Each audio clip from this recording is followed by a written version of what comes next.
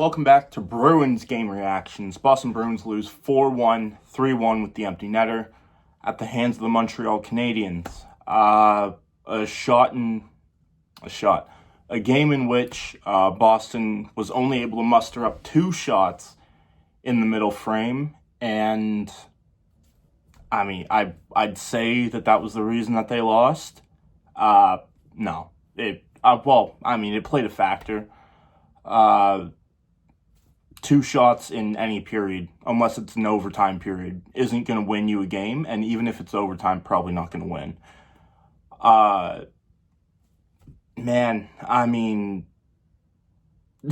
Jeremy Swayman is having a heck of a time trying to get his 100th career win. He stepped up in this one, though. He played incredibly well, made a wide-open cage save. Offense just wasn't there as it hasn't been. Gives up 3 goals. I don't have a particular problem with any of them, for Swayman at least. Defense wasn't there, and the offense was a ghost again. It's been a recurring theme throughout this season, and it seems like finally other people are starting to come around to the fact that, hey, maybe getting 20 shots a game isn't a great start to the recipe for winning most hockey games. Swayman, again, had a sub-900 save percentage. The chances the Canadiens were getting were just significantly better. And like I said, they didn't get a shot until, I believe, 6 minutes left in the second period. Within the period, they had 8 shots in the first, 9 in the third. Just not good enough. It's as plain as simple as that. They now sit, I believe, 7 points ahead of Nashville for third last, that is. Nashville's currently down 3-1 at the time of recording this. Probably not going to win tonight against Dallas. There's still 8 games left, or 8 games? 6 games left, I believe, for both teams. I wouldn't put it out of the question. I could see Boston, with the remaining schedule, losing out the rest of the season. I could also see them winning out. So I don't know. It's disappointing, but that's where we are this season, right? If you still think this team should go for wins, then you, quite frankly, don't want what's best for the team. Getting in to the first period, it wasn't bad. It wasn't great. It was a very even period. There was 1 penalty aside. Pastrnak drew the penalty. It was a soft tripping call. Pastrnak kind of leaned into it a bit. But it's not the first time that it's been called this season. It's game 76, actually, I think now. Boston's seen it been called multiple times against them. I'm sure Montreal has as well. It's one of those ones where both parties are at fault, but when the puck changes possession, you gotta make the call there, unfortunately. Boston does nothing with it. 0 shots, 0 for 1 on the power play. Montreal, again, wasn't the best power play for them. It was just a very slow start to the game for both teams. Montreal played sloppy. It was arguably their worst period of the game, even though they didn't give up a goal. And we head into intermission, tied up at 0. Second period gets going, and right away Montreal goes to work. 30 seconds left on the power play that came late in the first period. Unable to score, and they get a quick whistle after the fact. And, this wasn't a great goal, to be honest. Christian Dvorak finds the puck out in front, is able to get it out to the high slot, and he's able to bang it in. There were 4 Bruins players out in front of the net. Just one of those ones where everyone's battling for the puck. And unfortunately, Montreal came out on top with it. And that puts Montreal up 1-0 very early on in the first period. So you can add that to the however many list of goals that have been scored against Boston in the final 3 minutes or the first 3 minutes of a period. And that just kind of set the tone for the rest of the period, unfortunately. Boston's, like I said, unable to generate a shot until 6 minutes to go in the period. And even then, right after they generate their first shot, Montreal comes right back. Henry Jokiharju sends the puck in to Morgan Geekie. Morgan Geekie can't quite corral it fully and turns the puck over. Down goes the other way. Cole Caulfield, Nick Suzuki. Nick Suzuki sets up Caulfield for his 35th goal of the season. 80 points on the year for Nick Suzuki. I didn't realize how good Nick Suzuki and Cole Caulfield were. I'll admit it. Apparently they're that good. Went down 2-on-1. I'm pretty sure it was Zadorov who was back. I pull Swayman to the one side, send the puck over. Swayman can't quite get over in time and pot it home. And that makes it 2-0 Montreal. Now, heading into the second intermission, how do I put this? I really don't know. Montreal was the better team.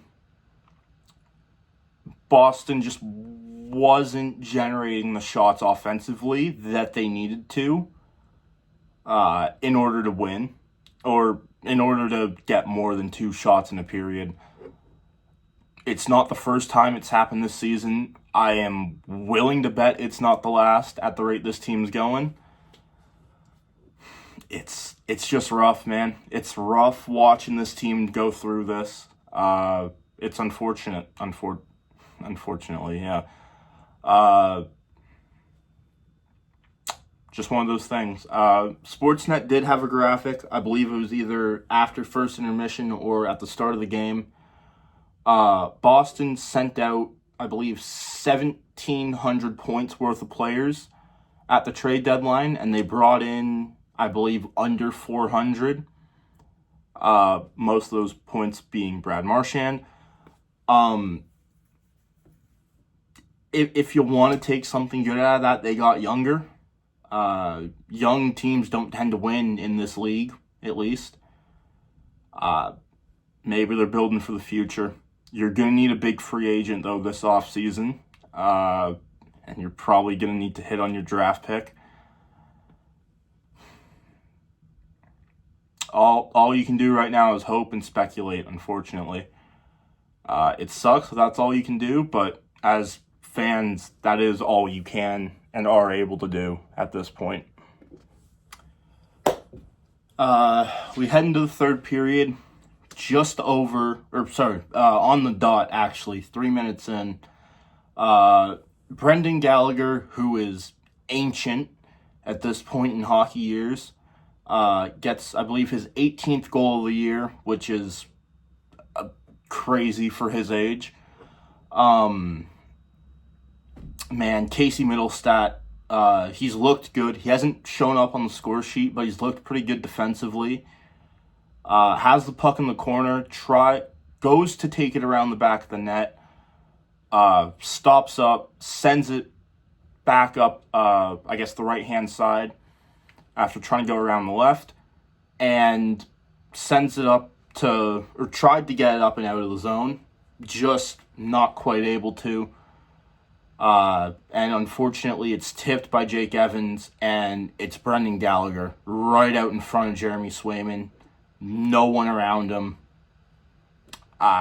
Scores from point-blank range. I'm not sure what you would like Swayman to do there. Maybe could have poke-checked the puck away. I don't see how he could have done that. Just just sucks, man. I mean, it really does. Swayman played a pretty good game. He stepped up like he always does against Montreal. Just offense wasn't there, and defense did stuff like that.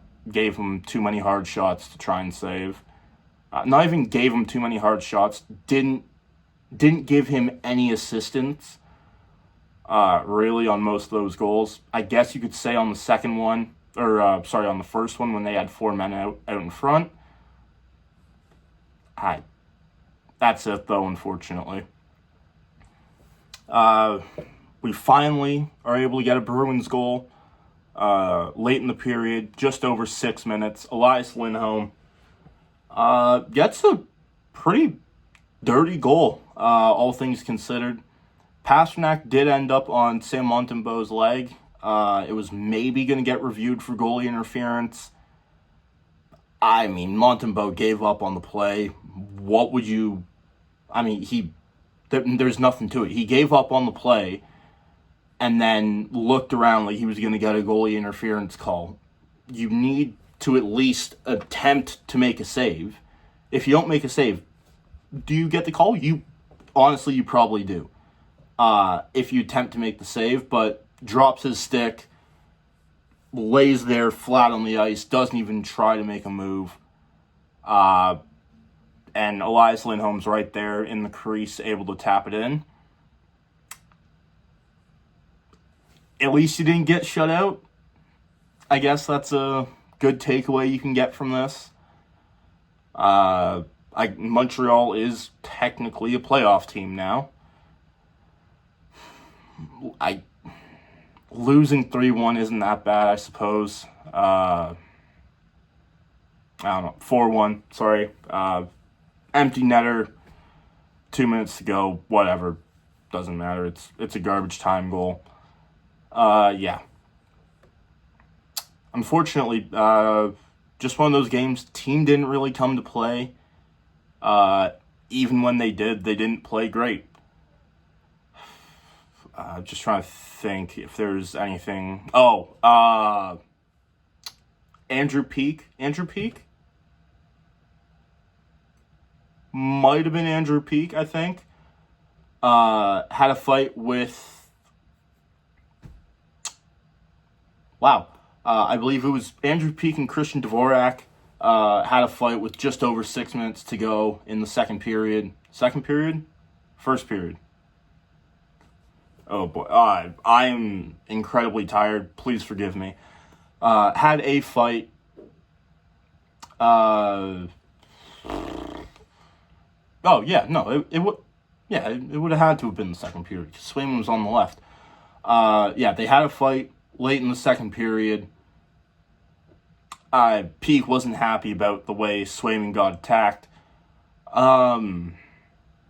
Quite frankly, I don't blame him. Swayman was getting poked at all game today, and Boston was kind of mellow in their response. That's not the team that this team's supposed to be. Now, I say mellow in their response. For what I'm used to, they were mellow in their response. I don't know. This was a bad game all around. You come out down 3, down 2, really, if you want to look at it like that. You shouldn't really be complaining. Nashville just went down 5-1, so they're going to lose tonight. Yeah. That's going to do it for this one. Probably going to be about 15 minutes, give or take, 14. Thank you all so much for watching. Click like if you like. Click subscribe if you enjoyed. And I believe the next game is Sunday against Buffalo. I will possibly be in attendance for that game. Hopefully, I'm able to watch a Bruins win. A loss also, I guess, wouldn't be the worst thing in the world to see. That's going to do it. Thank you all once again, and we will see you next time.